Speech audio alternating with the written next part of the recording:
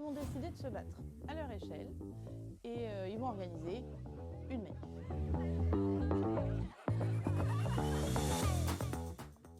Et donc maintenant, je vais vous parler d'un roman, Les aventures de moi-même, journal de ma manif, de Charlie Deloire, illustré par Ronan Badel, aux éditions Flammarion.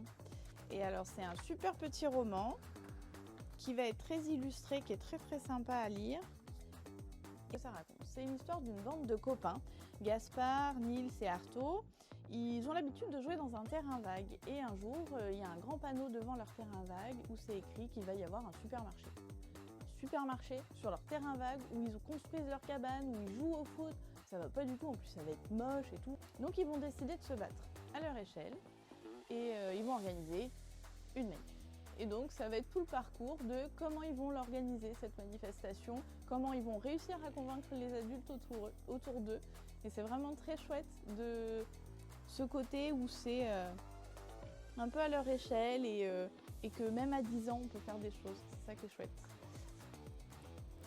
Maintenant, je vais vous présenter un documentaire qui s'appelle Choquant, quand les vêtements font parler d'eux, de Philippe Nesman et Éléonore Cagneau de Rache et illustré par Mathieu Méron aux éditions du Seuil.